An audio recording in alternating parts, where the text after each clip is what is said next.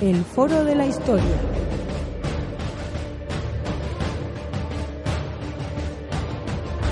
El pasado tiene mucho que contar.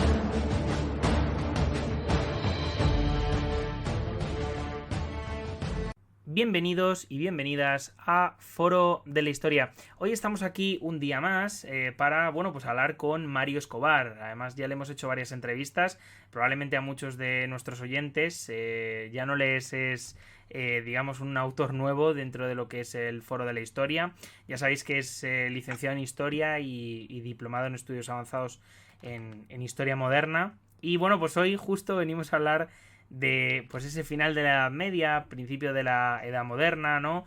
Esos años que son los años de los descubrimientos, de las conquistas, y bueno, pues venimos a hablar de esta Inquisición, de un montón pues de un momento que a mí me parece muy interesante por ser un momento, desde luego, pues cuanto menos, desde luego de expansión, ¿no? Del catolicismo, expansión de los reinos de la monarquía hispánica.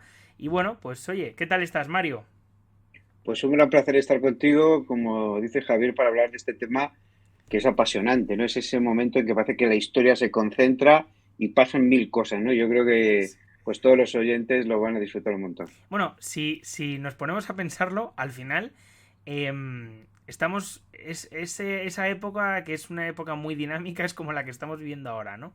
Que muchas veces decimos, no, la historia, como que la historia ya se había acabado porque no pasaba nada interesante. Y desde luego, y si bien es cierto, por supuesto, casi todo lo que está pasando, desde luego un carácter positivo no tiene, como podemos observar por las guerras que tenemos alrededor y sobre todo por la cantidad de movimientos que parecen bastante peligrosos. Desde luego es un momento bastante dinámico, a nivel histórico también el que estamos viviendo. Entonces, bueno, me pareció muy interesante y dije, oye, ¿por qué no? Aparte, le había comentado ya a Mario que me parecía también muy interesante que hablábamos. Este libro hablaba sobre Beatriz de Bobadilla, ¿no? Que había sido la gobernadora de La Gomera y del Hierro. Y oye, pues de las Islas Canarias, quiero decir. Y me parecía muy interesante el hecho de que, pues que esta novela tuviera una mujer que, bueno, es verdad que Mario ya no es, o sea, es recurrente, ¿no? Porque has escrito otras novelas como por ejemplo La Casa de los Niños o La Bibliotecaria de Saint Malo, donde los personajes principales son mujeres, pero bueno, este me parecía muy interesante porque además era de la Edad Moderna, cosa que por cierto es tu especialidad. Sí, mira, siempre me causó mucho temor y respeto escribir sobre la edad moderna precisamente por eso, ¿no? Creo que cuando uno se especializa en algo, le tiene tanto respeto que al principio te cuesta mucho romper esa dinámica. Hice varias novelas al principio de novelas de aventura, con trasfondo histórico, sobre la Primera Guerra Mundial y todos los hechos, casi desde la Guerra de Cuba hasta el final, hasta la Revolución Rusa, ¿no? Una saga que hice. Y me daba mucho temor hasta que en el año 2011, 2011 fue, me mandé una propuesta que era matar a Lutero, que es la vida de Lutero en el año que está en Wartburg escondido, escapando del Papa y del Emperador. Y ahí ya rompí un poco el fuego, ¿no? Por la Edad Moderna, que es un tema que me apasiona.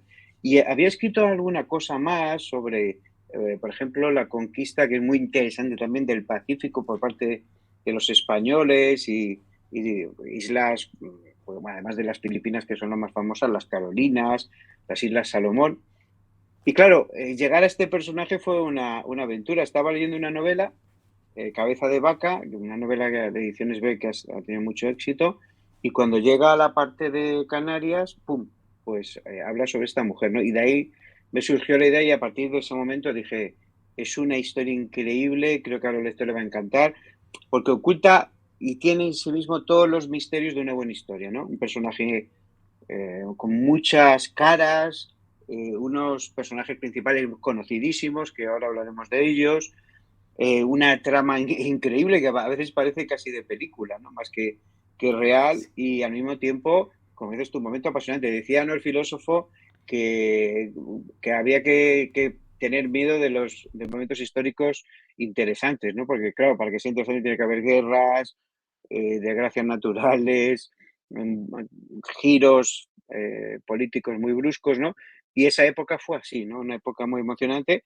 Y también quería poner mi granito de arena para hablar de la conquista de Canarias, ¿no? Porque creo que es también una de las grandes olvidadas de la de historiografía, ¿no? De la historia de España, y en novelas igual, hay muy poquitas centradas en este momento tan fundamental de la historia.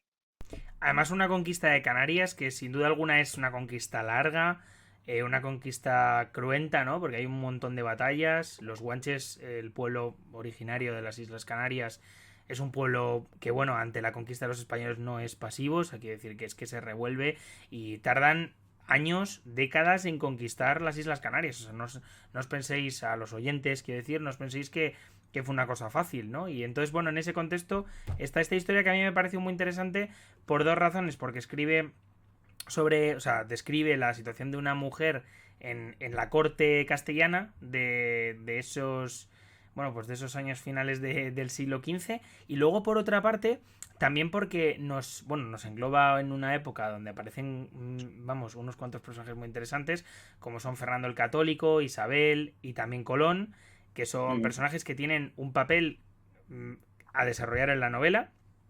Y luego, pues oye, porque al final, y de hecho esta es mi primera pregunta, la vida de una mujer en la corte y desde luego el desarrollo de la vida de Beatriz de Bobadilla es, vamos, no tuvo que ser para nada fácil, ¿no? Bueno, fue tremendamente difícil. Ahora estoy viendo la serie de los Tudor, que es verdad que históricamente tiene muchos giros que no son reales y tal, pero me sorprende que los ingleses, ¿no? Y los anglosajones no se escandalicen ni se estremezcan porque pongan a Enrique VIII como lo que era, ¿no? Un tipo extremadamente inteligente, pero cruel, mujeriego y al mismo tiempo misógino y con todas esas características que le engrandecen y le hacen muy humano al mismo tiempo, ¿no? Mientras que a nosotros nos cuesta ver eso en nuestra historia, ¿no? Esa corte castellana la vemos siempre bajo el prisma casi del nacionalcatolicismo que estuvo mucho tiempo entre nosotros, ¿no? Una reina Isabel muy beata, casi entregada a la iglesia, con cisneros, un rey Fernando muy aventurero, que fue el que inspiró pues a Maquiavelo, se dice, ¿no? Para escribir El Príncipe, pero casi podríamos decir que sí, guerrero, luchador, mujeriego, pero también un hombre bastante cabal, ¿no? Y en cambio la corte castellana, igual que pasaba en muchas de las cortes al final de la Edad Media, estaba llena de todos estos componentes que hay en las cortes, conspiraciones, intrigas, deseos de verse favorecidos por los monarcas y unos monarcas además con unas peculiaridades muy concretas también, ¿no? Y por eso cuando llega allí Beatriz hay mucha tensión. ¿Por qué? Porque los dos no fueron criados para reinar, ni Isabel ni Fernando, quieren unir dos reinos muy distintos, que encima están compuestos de otros pequeños subreinos, podríamos decir, cosa que es complicadísima para la época, con mucha oposición de la nobleza, que no quiere ese control que ellos ven, ¿no? Que es necesario para ir creando ese Estado moderno que luego se va a desarrollar. Y al mismo tiempo tienen que acabar varias cosas muy importantes, ¿no? Como es la Reconquista, el tomar el Reino de Granada, la epopeya que significa la conquista de las Islas Canarias, la propuesta de ir a un continente, bueno, al principio a las Indias, que no se sabe muy bien qué va a hacer, y luego los retos que ya había en Italia, ¿no? Por parte de la Corona de Aragón. O sea, es un momento geopolítico, podríamos decir, económico y cultural muy, muy complejo. La competencia con Portugal para la conquista de las Canarias y la expansión por África, y muchos más. Y su política y su visión internacional, ¿no? De ir casando a sus hijos e hijas de tal manera que luego crearon ese gigantesco imperio por toda Europa, ¿no? Beatriz llega a la corte como llega a muchas cortesanas, ¿no? Con la idea, sobre todo por parte de su familia, su padre era el alcaide del Alcázar de Madrid y era el que se encargaba de organizar las cacerías para los reyes, tanto para Fernando como para el hermano de Isabel antes. Y esta familia ambiciona que su hija tenga un buen partido, ¿no? Se case con alguien poderoso. Su tía, que también se llama Beatriz de Bobadilla, que es la marquesa de Moya, claro, es amiga intimísima de la reina Isabel. De hecho, la ayuda en los peores momentos de su reinado y cuando todavía era princesa y estaba a punto de llegar al poder y en medio de la guerra civil. Y claro, la va a poner como dama de la corte y una cosa que va a pasar en cuanto llega esta mujer es que va a deslumbrar a toda la corte. Dicen las crónicas que una mujer de una belleza arrebatadora, que los hombres caían rendidos a sus pies, una joven de poca edad, o sea, ya había superado los 18 más o menos, pero muy joven, y que desde el primer momento va a encandilar a todo el que caiga pues en sus brazos, ¿no? El primero, pues el maestre de Calatrava, un joven también más o menos de su edad, que va a ser su primer amante, ¿no? Y a partir de ahí todo se empieza a complicar, ¿no? Porque sí había todas estas intrigas, tramas, algunos son familias que querían colocar a sus hijas en posiciones muy privilegiadas y Isabel va a encontrar una complejidad en la corte que no espera, digo Isabel, Beatriz, y va a haber un momento en el que va casi a perder hasta el cuello, ¿no? Porque se enreda en cosas que la superan en muchos sentidos. Claro, además es que, desde luego, bueno, la vida de Beatriz de Bobadilla al final es una vida de riesgos, ¿no? Porque la política en esa época, bueno, y hasta hace relativamente, bueno, y lo es, Bueno, lo sigue siendo, depende de dónde y por supuesto del contexto, ¿no? Pero que la política también es peligrosa, ¿no? Llegado a cierto punto y en diversas situaciones. Y desde luego Beatriz creo que plasma bien a los lectores digamos, este contexto y este peligro. Por otra parte, me ha gustado mucho, y hablaremos, pues eso, de los personajes, me ha gustado mucho que son muy humanos. Y fíjate, habiéndome leído el libro de la Casa de los Niños, que bueno, ya lo tenéis ahí en un podcast por si queréis escucharlo, en el que hablamos sobre vamos, los judíos en Holanda, y luego también, por supuesto, habiendo hablado sobre la cultura a través de, bueno, pues de la bibliotecaria Saint-Malo, de esa ocupación nazi de Francia, me parece, sin duda alguna, y la verdad no sé, a lo mejor es una apreciación mía, bueno, quiero decir, seguramente sí, pero de los tres libros me parece que estos personajes son los más humanos que has escrito, de los tres. Porque me parece que Beatriz tiene tiene un presente y un pasado oscuro y un presente muy luminoso con un pasado que bueno, quizá no es tanto, ¿no? Como hubiera podido ser, pero que me parece muy interesante, que es que arrastran esas vivencias de toda la novela. Y no solo ella, todos los personajes. Me parece muy interesante, y de hecho es probablemente para mí, y esto ya es una opinión, lo mejor que tiene el libro. sí, porque una de las cosas mejores para mí de la novela es, pues eso, que se convierta, como decían los italianos, en novela noticia, ¿no? Significa en italiano, de ahí viene la palabra, que es que parezca tan real, que los personajes puedan desarrollarse y mostrarse tal y como son, hasta el punto que el lector confunda realidad y ficción, aunque siempre luego al final puedo que es realidad y ficción, ¿no? Y Beatriz tiene esas características, ¿no? Porque tiene todas las grandes pasiones, ¿no? Que tenemos los seres humanos: amor, odio, venganza, pues todo eso además en grado sumo, ¿no? Y además vive un momento muy, muy, podríamos decir, apasionante, ¿no? Imaginemos que lo primero que va a hacer, seguramente ni siquiera tiene intención, es conquistar el corazón de Fernando el Católico. Ya hemos dicho que no era tan raro que tuviera amantes el rey católico. Se les había nombrado católicos, lo había hecho el papado al acabar la Reconquista, ¿no? Era el título que les dan cuando acaba la Reconquista, cuando ella le conoce, todavía no tiene el título de católico. Y curiosamente se va a encandilar de ella, pero el problema está en que, aunque ha tenido numerosos amantes, siempre las ha mantenido lejos de la corte. Pensemos que esta corte es una corte muy peculiar, es una corte itinerante, no es como la de Enrique VIII, que estaba en Londres siempre, la de los franceses, que siempre estuvo en París. Es una corte muy versátil, muy itinerante, así va a ser hasta casi el reinado de Felipe II.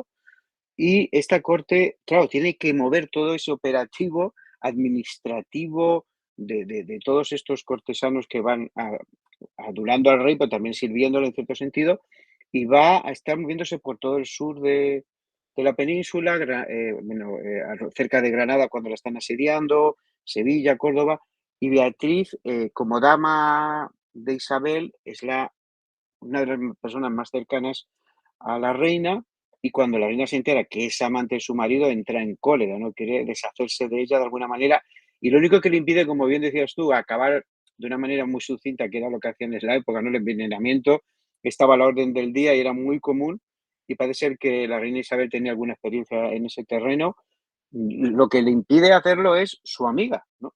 Que le da una idea. Le dice, bueno, ¿por qué deshacerte de ella?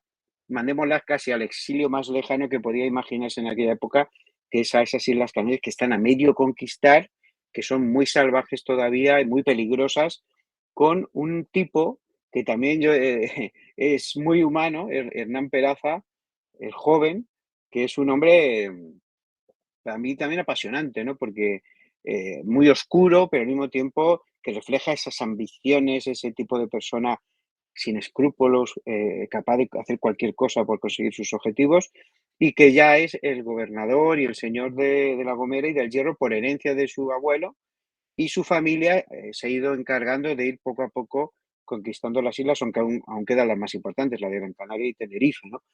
Y con esa solución casi mágica, pues Isabel va a desaparecer de la corte durante casi una década y curiosamente, pues se va a convertir en un poco en una leyenda dentro de la corte y al mismo tiempo para siempre, porque en las Islas Canarias se conoce mucho a Isabel de Bobadilla, en toda una leyenda de las Islas Canarias, ¿no? Pero es muy curioso lo que dices, ¿no? Al trabajar los personajes, y algunos tan conocidos, corres ese peligro, ¿no? Todos tenemos una idea, una visión de Fernando el Católico, de Isabel la Católica, de Cristóbal Colón, ¿no? Y aunque he intentado ser lo más veraz, más cercano a los documentos que he encontrado, hay cosas en la novela que rompen los esquemas, ¿no? De muchos de nosotros que hemos aprendido historia en el colegio, en la universidad, y creo que eso le va a sorprender a muchos lectores. Por otra parte, me parece muy interesante el cómo llega, ¿no? Beatriz de Bobadilla a las Islas Canarias. Y bueno, mi pregunta es un poco cuál fue el papel de Beatriz de Bobadilla en esta conquista de Canarias y sí, cuál fue el papel y cómo fue su relación con su marido, que desde luego, bueno, es un poco una relación complicada, pero que desde luego es muy interesante y que creo que además pone también un poco a los lectores en la piel de una mujer que obviamente no quiere a su marido y que se ve forzada a estar con él y que, bueno, pues todo ello conlleva muchísimos problemas que son importantes a la hora del transcurso de la novela. Bueno, la historia con Hernán Peraza es increíble, ¿no? Hernán Peraza es un tipo muy abyecto, muy salvaje en sus reacciones, y de hecho va a acabar mal en su vida precisamente por esta actitud, ¿no? De no tener límites. Beatriz es muy parecida en algunos sentidos a él. Pues bueno, al final Hernán llega a la corte encadenado, condenado casi a muerte, los reyes tienen que juzgarle, porque ha matado a uno de sus enviados de los reyes, porque al principio la conquista de Canarias se intentó hacer de manera privada, podríamos decir. Bueno, primero hay un redescubrimiento por parte de los normandos, ¿no? De las islas, después hay algunos italianos que llegan también, más tarde Betancourt empieza a intentar conquistar sobre todo las islas más al este, ¿no? Lanzarote, Fuerteventura, que más o menos van a caer en manos occidentales, podemos decir, de manera más o menos sencilla. Y los Peraza y la familia pues han ido conquistando también el Hierro, La Gomera, de manera bastante pacífica, ¿no? Que eso es importante para entender luego lo que pasa en La Gomera con todo esto, con Beatriz y con Hernán. Y en ese momento está encarcelado, posiblemente puede ser condenado a muerte por haber matado a un enviado del rey, pero la solución que le dan para salvar la vida es casarse con Beatriz, que no es mala solución, ¿no? Para alguien que está condenado a muerte, de repente se le ofrecen la mujer más guapa de la corte, inteligentísima además, y encima le proponen otro castigo que no es tan cruento, que es que tiene que colaborar en la conquista de Gran Canaria, que estaba en ese momento en proceso de conquista. Y eso es lo que va a hacer, ¿no? Cuando Beatriz llega a La Gomera, claro, imaginemos, aún La Gomera hoy es una isla poco poblada y muy aislada, nunca mejor dicho, para la redundancia, ¿no? Pero San Sebastián de La Gomera en ese momento era mm, la Torre del Conde, que era como se llamaba la fortaleza, y algunas casas, ¿no? Casi sin mujeres castellanas, sino muchas de ellas gomeras o guanches, ¿no? Por tanto, ella no iba a tener una compañía femenina que la pudiera apoyar, menos su criada que se la va a llevar, y la familia política, ¿no? Que si siempre es complejo, en este caso era tremendo, ¿no? Porque la madre de Hernán no quiere para nada, y de hecho esto se ve en los documentos que yo fui investigando, ¿no? Los procesos que la madre de Hernán, cuando él fallece, va a ir constantemente, ella y su hijo, haciendo contra Beatriz para recuperar sus derechos sobre las islas y acusarla de adulterio y de un montón de cosas. Entonces, esa década casi que pasa Beatriz en las Islas Canarias es apasionante, ¿no? Porque es la conquista de Gran Canaria, después la gran revuelta de La Gomera, la matanza posterior que hay, la muerte de Hernán Peraza, que también es muy rocambolesca, ¿no? Por el enamoramiento de una princesa gomera, y por tanto la rebelión del pueblo gomero, que ya estaba pues muy cansado de los abusos que hacía Hernán Peraza, y el que Beatriz se convierte en gobernadora, pero al mismo tiempo que por esas matanzas que va a fomentar en las islas, pues acabe de nuevo la corte. Una década después, y todo ha cambiado, ¿no? Es curioso que en esos 10 años que ella ha estado fuera, estamos en los últimos episodios de la conquista del Reino de Granada, que también tienen momentos muy interesantes, como ejércitos y soldados que luchan en Canarias a veces tienen que dejar a mitad de la guerra para acabar la de Granada, ¿no? Y cómo se está creando ahí los tercios que luego van a ser los que van a arrasar, podemos decir, Italia en época de Carlos V, y van a ser el ejército más preparado con el gran capitán de Europa, ¿no? Con una técnica avanzadísima de lucha. Todo eso se está fraguando en ese momento. Y ella llega a la corte donde un Cristóbal Colón, ya un poco frustrado, lleva varios años intentando conseguir el favor de los reyes para una expedición, pues también queda prendado y enamorado bueno, ya no tan joven, pero de la ya madre, porque tiene 2 hijos, y viuda, Beatriz de Bobadilla, que sigue siendo tan, podemos decir, tan lozana, pero al mismo tiempo ahora es una mujer que ha adquirido un conocimiento, un poder y una astucia, pero que tiene que salvar tanto su título, que puede perderse porque como su hijo es menor de edad, lo está reclamando su suegra y su cuñado, y también toda su fortuna, porque ha vendido como esclavos a gomeros, que era algo prohibido por la Casa Real, a no ser que fuera por causa de guerra, pero muchos de los que ha vendido no han luchado contra ella, sino ya ha aprovechado y ha vendido esclavos para sacar beneficio. Y en ese momento va a implosionar todo, ¿no? Entonces, yo creo que ahí pues vemos lo que dices tú, ¿no? Pues unas vidas como la de Hernán y la de Beatriz apasionantes que muestran lo mejor y lo peor del ser humano. Sí, de hecho, bueno, el tema de la población gomera me parece muy interesante porque, oye, sin duda alguna, muchas veces nosotros hablamos de los castellanos, ¿no? De los castellanos en sus conquistas. Y poco se habla de que en las Islas Canarias había una población autóctona que, bueno, pues desde luego que a la llegada de los castellanos, lógicamente, era mayor a los colonizadores o invasores, como los queramos llamar, y desde luego es una población de la que se sabe poco, quiero decir, y que, bueno, creo que esta novela nos pone un poco de relieve cómo fueron, ¿no? Los tratos que sufrieron. Y esa era mi pregunta, un poco, ¿cómo le explicarían nuestros oyentes? ¿Cómo les explicarías a nuestros oyentes cómo fue ese trato? Y porque al final queda poco de ellos, quiero decir. Sí que es verdad que hay investigaciones y desde luego, pero desde luego, en lo que es el imaginario colectivo, en lo que es el ciudadano medio, incluso el propio ciudadano medio canario, queda poco sobre los guanches, aunque sí que es verdad que son un rasgo de la propia identidad de las islas. Sí, es curioso eso, ¿no? De hecho, una cosa que impresiona mucho cuando investigas sobre este tema es que Canarias fue el modelo, ¿no? El modelo, como bien dices tú, de conquista posterior, de colonización o población de los territorios y del trato a los autóctonos, ¿no? A los indígenas. De hecho, incluso arquitectónicamente, ¿no? La ciudad de La Laguna, en Tenerife, va a constituir el modelo de ciudad que luego se va a llevar a América, ¿no?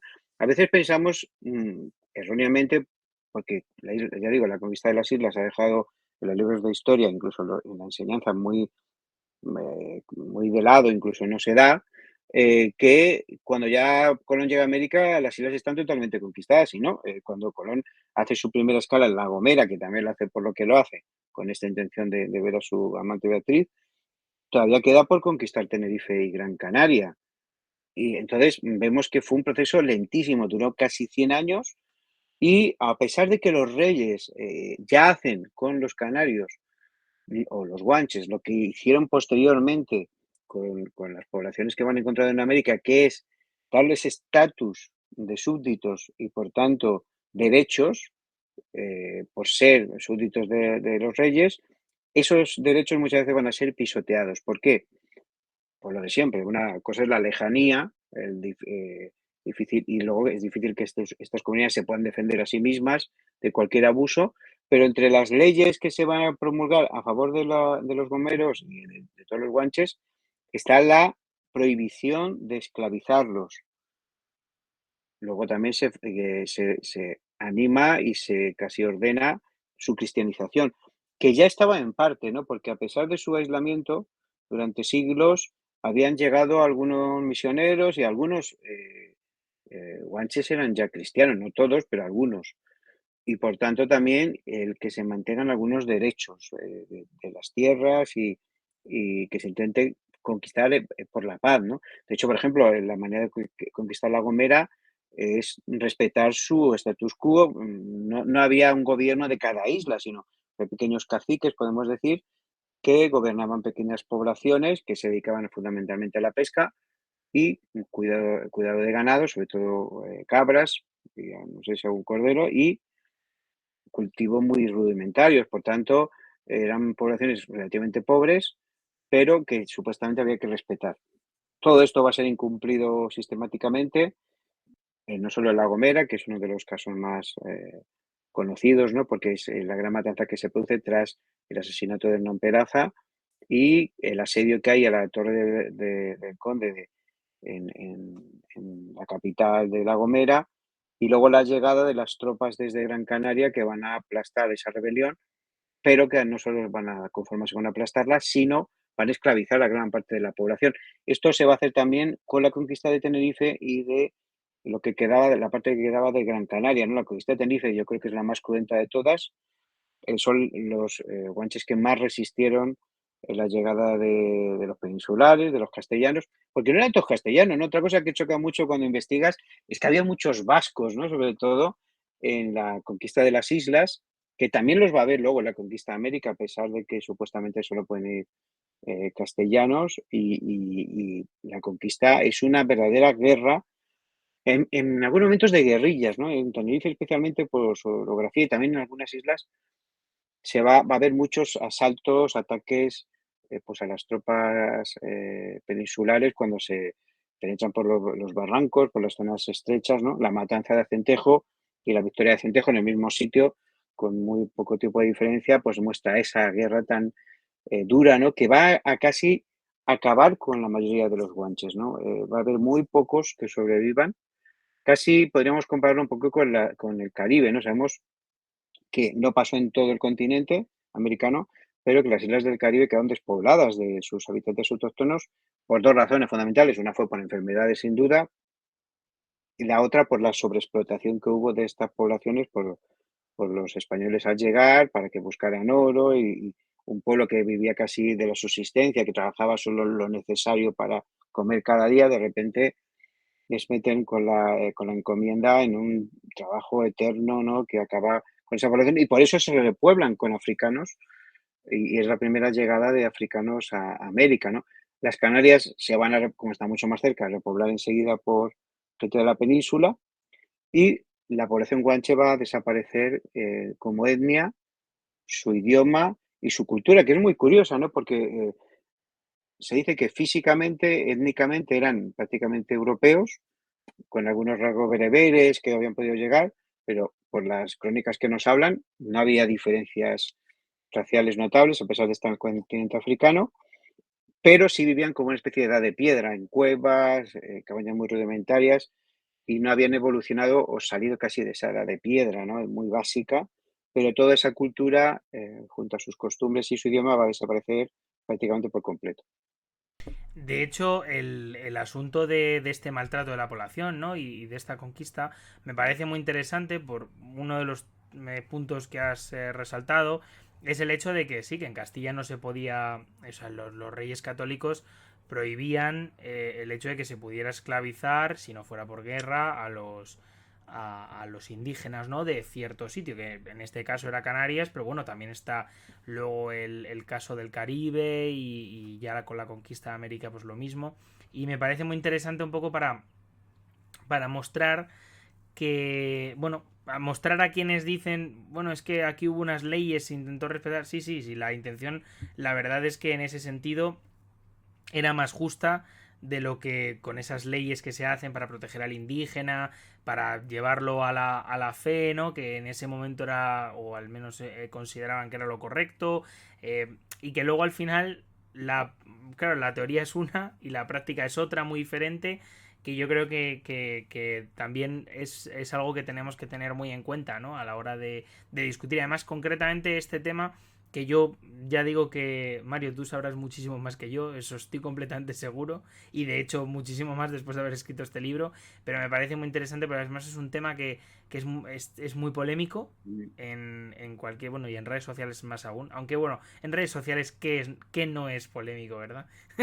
Yo a veces hay que intentar usarlas poco, pero este tema concretamente, el tema de los abusos sobre los indígenas, tanto de un lado como de otro, ¿no? Siempre hay esa polémica en la cual, pues, no sé cómo decirlo, los que están en un lado y los que están en otro, dentro de las dos posiciones de la discusión, se echan, por así decirlo, mierda a la cara, ¿no? Diciéndolo muy vulgarmente, pero bueno, que al final la historia es su término medio, ¿no? Bueno, hubo unas leyes, no se cumplieron, pero ahí estuvo, ¿no? Y bueno, por otra Sí. parte, sí, Mario. No, que sí que te escuchaba. No, hablando de esto de la polémica, ¿no? Hay una cosa que pasa, ¿no? Cuando pasa en América también, ¿no?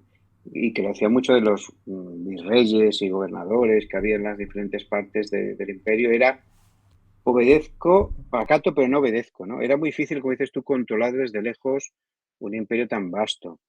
Pero lo que sí es cierto es que sí al final se consiguió, yo digo que en el Caribe no, pero posteriormente se consiguió mantener esas poblaciones, sus idiomas. De hecho, muchos de esos frailes que iban también a evangelizarlos eh, fueron los que mantuvieron los idiomas porque hicieron sus alfabetos y tal para poder que pudieran ser escritos. Y curiosamente eso permitió que perduraran hasta la independencia de estos estados. Y de hecho, muchos lo reconocieron y se sigue reconociendo que vivían mejor bajo el imperio español que luego bajo los estados nacionales que intentaron asimilarlos con esa idea, pues siempre que pasa, ¿no? Cuando se crea una nación, de unificar y de unir a todos en una lengua, una cultura, tal, pues intentaron desbaratar pues esos derechos que tenían los propios pues indios en América, ¿no? Y en cambio en Canarias no se puede hacer, ya digo, porque prácticamente la población desapareció por completo. Sí, de hecho, vamos, es bastante interesante también los procesos de expansión, por ejemplo, en Argentina, me parece súper Mm. súper concreto y desde luego ese proceso, ¿no? De la conquista del desierto que va a acabar con miles de indígenas y que bueno, al final es ese proceso, ¿no? De cómo las naciones, pues bueno, esos conceptos de nación que para mí es bastante chico Mm. en este sentido concretamente, pero bueno, yo creo que viene muy al caso, ¿no? La verdad es que otra cosa que me gustaría hablar, porque claro, hablamos de la conquista de Granada, ¿no? Hablamos Mm. de ese auge o de esos inicios de la Inquisición, una Inquisición Mm. bueno, pues que ya había estado persiguiendo a hebreos dentro de Castilla, porque además es un momento en el que los judíos son expulsados de Castilla y bueno, también luego pasará más adelante con la población musulmana, ¿no? Que se niegue a ser convertida al cristianismo. Me parece muy interesante, pues un poco porque nos muestra esta novela un personaje que sí que es verdad que no es hebreo, ¿no? Tiene unos antepasados que sí lo son, pero me parece muy interesante porque nos acaba mostrando, ¿no? El cómo son esas minorías, ¿no? Dentro de la monarquía hispánica en este contexto. Sí, es otro tema muy polémico, Sí. llevamos con ello 500 años, ¿no? Y siempre te dicen lo mismo, ¿no? Justifican, no, es que los judíos se les expulsó de todos lados. Es verdad que después de la expulsión de España, cuando ellos van a Portugal y en Francia especialmente, son expulsados de Francia y Portugal, las comunidades judías, y la mayoría se refugian en Ámsterdam y algunas en el Imperio Otomano y unas pocas también en el norte de África, acabando muy mal algunos de estos sefardíes. Y luego, aunque hay un intento de asimilación y de dispersión, lo primero, supuestamente con la conquista de Granada hay un respeto a las creencias de los musulmanes granadinos, que por otro lado también eran igual de intolerantes. Sabes que está prohibido el cristianismo en el Reino de Granada porque era considerado que cualquiera que fuera cristiano era ya espía, ¿no?, de la monarquía católica. Por tanto, es por ambos lados, ¿no? Y curiosamente la zona de Valencia, Levante, toda esta zona, que hay una población musulmana bastante grande, también, y luego las Alpujarras y otras zonas ya más al sur, pues como eran la mano de obra de los nobles cristianos, también se les intenta tolerar hasta que ya bajo primero Felipe II y ya finalmente Felipe III son expulsados, ¿no? Claro, el Estado moderno, como decíamos antes, busca la uniformidad y la busca en lo que en ese momento se creía que era lo más fácil, ¿no?, que era la religión y la cultura, el idioma, la forma de vestir, tiene que ir unificándose. Europa, aunque se hizo este intento moderno, era un crisol de culturas, ¿no? No solo la península, sino en toda Europa había un montón de pequeños grupos con matices culturales, incluso religiosos distintos, ¿no? Los valdenses, ¿no? Por ejemplo, en el norte de Italia, casi frontera ya con Francia, y otros grupos. El Estado moderno lo que intenta es aplastar esto para crear una unidad política y al final lo que va a conseguir pues es mucho sufrimiento, eso es indudable, ¿no? El sufrimiento humano de personas que tienen que abandonar sus hogares y sus tradiciones, los que se hacen católicos en este sentido, para poder conservar la vida o la hacienda, ¿no? Y lo peor de la Inquisición, cuando se habla de cifras, y no, es que en Europa del Norte se mató más brujas, empezamos a hacer números, a ver quién mató más, quién mató menos, ¿no? Ir con los anglosajones y tal. Para mí lo peor de la Inquisición no fue el número de víctimas, que no es tan grande, algunos hablan de 2000, no está mal tampoco, pero personas ajusticiadas o quemadas y de diferentes maneras asesinadas, sino la represión y sobre todo el retraso que va a suponer la Inquisición para la península. ¿Por qué? El índice de libros prohibidos en época de Felipe II, que va a prohibir no solo libros religiosos, sino cualquier libro escrito por un hereje o protestante o naturalmente también por un judío, el aislamiento social de la península, porque se va a prohibir que los estudiantes españoles, que hasta el momento era muy común, salgan a estudiar fuera y que estudiantes extranjeros vengan a estudiar aquí. Eso sí que va a generar a la larga un deterioro fuerte de nuestra cultura, ¿no? Y va a ser un problema porque al no haber prácticamente diversidad de ningún tipo durante siglos, va a crear un retraso con respecto al resto de Europa, en libertades y en un montón de cosas, ¿no? Por lo tanto, el problema de la Inquisición no es lo que hizo matando a gente, que es terrible, sino cómo reprimió a los intelectuales, a la gente que pensaba, a la gente que escribía, la autocensura que practicó toda esta gente para no acabar en esa misma situación, que yo creo que ese es el gran problema de la Inquisición. De hecho, es más, uno en los capítulos de este libro se habla justo de esto. Así que nosotros animamos, por supuesto, a esos futuros lectores de Mario Escobar a leer este libro porque además a mí me parece muy interesante. También por una cosa, esto lo mismo suena muy friki, pero me parece, esta pregunta la tengo que hacer. Porque claro, los oyentes dirán, joder, ¿qué va a preguntar este hombre? Pero es verdad que, claro, yo he leído el libro de la casa de los niños. Y luego, claro, he leído este de la gobernadora. Y hay una cosa que no sé. Y yo creo que ya sabes incluso lo que te voy a preguntar. ¿Hay algún tipo de guiño de un libro a otro? Porque hay un momento en concreto en el que se habla de la familia Pimentel que, joder, que es que era la familia de... O sea, esa familia, bueno, al menos el apellido, sale en el libro de la Casa de los Niños. Y de hecho me acuerdo que se habla de esas casas en Toledo, que eran de toda la vida hebreas, y digo, no sé si esto será un guiño, que vamos, me imaginé casi que sí, porque hablaba también del trabajo de los metales que hacían los hebreos, y dije, esto tiene que ser sí o sí un guiño. Sí, porque quería sobre todo que viéramos que al final la historia es lineal. Entonces, cosas que pasaron hace 500 años nos afectan hoy. Hmm. O sea, las decisiones que tomó un gobernante o todo un pueblo hace ya no 500, 1000 años, siguen afectándonos hoy, ¿no? Hace poco ha habido una polémica que me imagino que habrás oído sobre una película bueno, una serie que se ha hecho en Marruecos de la conquista de la península. Da un poquito de miedo, ¿no? El asunto, Acabo de leer el artículo en El País ahora mismo, hace nada, porque una hora. estas cosas inspiran, ¿no? Y no está la cosa para el horno para bollos, pero es verdad, ¿no? Esa arabización que hubo de la península creó rasgos en nosotros, culturales, alimenticios, de mentalidad, en nuestro lenguaje, ¿no? Ojalá, ¿no? Que lo decimos constantemente y significa Dios, Alá lo quiera, ¿no? Ojalá. Y es una frase árabe, o sea, pero nadie es consciente, o menos los que lo saben, que están diciendo una frase árabe puramente, ¿no? Pues todas esas decisiones nos repercuten ahora, ¿no? Muchos de nosotros que seguramente tenemos sangre judía, por ejemplo, un apellido mío que es Hervás, hay un refrán que dice Hervás, judíos y conversos los más. Es un pueblo de Cáceres en la que toda la población era judía, por tanto, aunque sea alguna gota, tendremos, ¿no? Y costumbres judías que se quedaron con nosotros a pesar de la expulsión. Al mismo tiempo, cómo eso crea la mentalidad. Yo digo siempre que el siglo XVI, que está a pie en esta novela, es el que forma el carácter de los españoles, ¿no? Ahí surge la picaresca, ahí surge la apariencia, el deseo de manos muertas, ¿no? De vivir de las rentas, va a surgir la hiperinflación, la desconfianza con el Estado, ya es muy fuerte en ese momento, ¿no? Intentan evadir impuestos ya desde ese momento.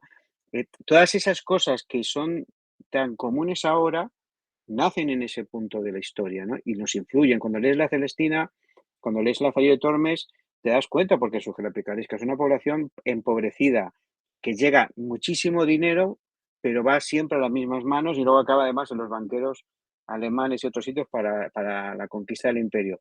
Y esa población no ve nada, ¿no? Y en cambio tiene que subsistir en una sociedad muy, muy compleja, ¿no? De apariencias, surgen ideas como, por ejemplo, la gente no quiere leer porque se considera que los que saben leer son sospechosos de ser judío conversos o ser moriscos, porque eran dos pueblos que leían. Y entonces el castellano, el cristiano viejo decía, yo soy analfabeto y eso muestra que soy buen cristiano, ¿no? Entonces, una serie de cosas que pasan en ese siglo que nos repercuten, ¿no? Y entonces un poco, si es un guiño a decir, bueno, todo lo que hacemos, incluso lo que estamos hoy sembrando en nuestra sociedad, la filosofía que sembramos, la forma de ver el mundo, la forma de actuar, lo que pasa en Europa, en Ucrania, la guerra, nuestra reacción ante las cosas, están marcando ya las próximas generaciones, ¿no? Entonces, no solo somos, entre comillas, culpables de nuestras decisiones actuales, sino que condicionamos con esas lo que va a pasar en el futuro.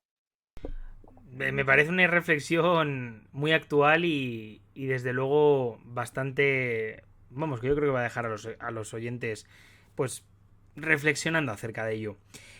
Bueno, la verdad es que me gustaría llegar al fin de esta entrevista haciendo, bueno, pues una pregunta y es, ¿en qué estás ahora? Porque es que no paras. Y eso es una cosa que a mí me encanta, sobre todo porque es verdad, o sea, joder, es que suena muy mal cuando digo estas cosas, pero a mí me gustan tus libros, Mario. Y de hecho, vamos, decir que yo estos libros los he utilizado para, vamos, concretamente este de la gobernadora, me lo he leído durante mis vacaciones y oye, pues me las has hecho más amenas, y eso es verdad. Y suena muy mal que yo digo, joder, es que este hombre, qué pelota es, ¿no?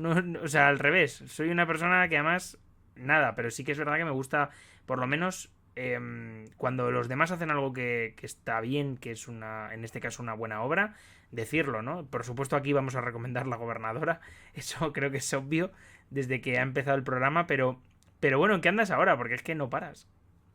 Bueno, la verdad es que, aunque me he tomado un verano un poco sabático, cosa que hacía tiempo que no lo hacía, he estado varios meses leyendo, caminando, reflexionando.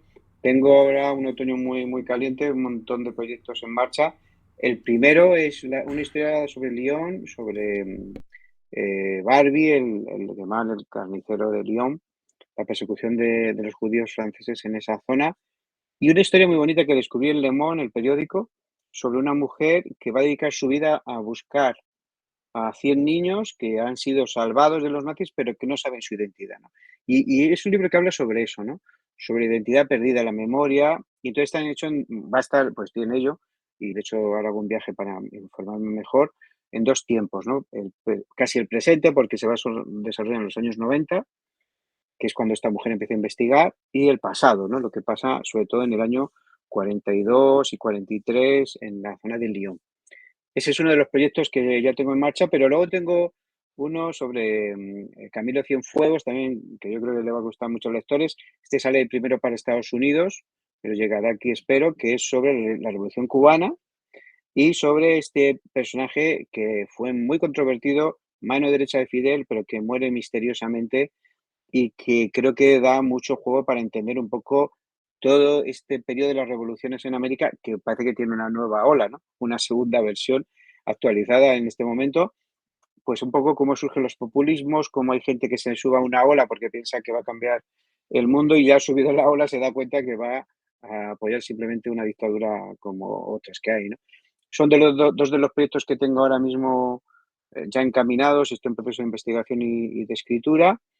Pero hoy mismo me has pillado para ofrecer una nueva historia para HarperCollins México, y pensando otras y otras que también tengo en proyecto. O sea, estoy siempre con 3 4 proyectos a la vez. Me pasa como Isaac Asimov, ¿no? Que decía que la única manera para no bloquearse era, tener varios proyectos a la vez y si uno te iba costando un poquito más, te ibas al otro y seguías escribiendo, ¿no? Entonces yo creo que eso es una gran verdad y un secreto y la verdad que estoy encantado con poder escribir tanto, porque la vida es tan corta que creo que merece la pena sacarle su máximo jugo y en este caso para mí escribir es una pasión increíble, ¿no? Pues oye, me parece que vas a tener unos cuantos meses de trabajo intenso, pero bueno, siempre buen trabajo y cuanto menos, pues oye, trabajo que luego será aprovechado por el resto, ¿no? Cuando lo leamos. Así que nada, la verdad que como siempre ha sido una charla estupenda. De hecho, yo creo que haremos más cosillas en estos meses. Al menos tengo unas cuantas propuestas que ya yo dejo a los oyentes en este caso con un poquito de intriga. Y nada, simplemente recomendar el libro de Mario Escobar, La Gobernadora. Y bueno, pues también animarles habiendo leído ya el libro, leer también sobre la conquista de Canarias y concretamente sobre el personaje de Beatriz de Bobadilla, que es un personaje tremendamente interesante.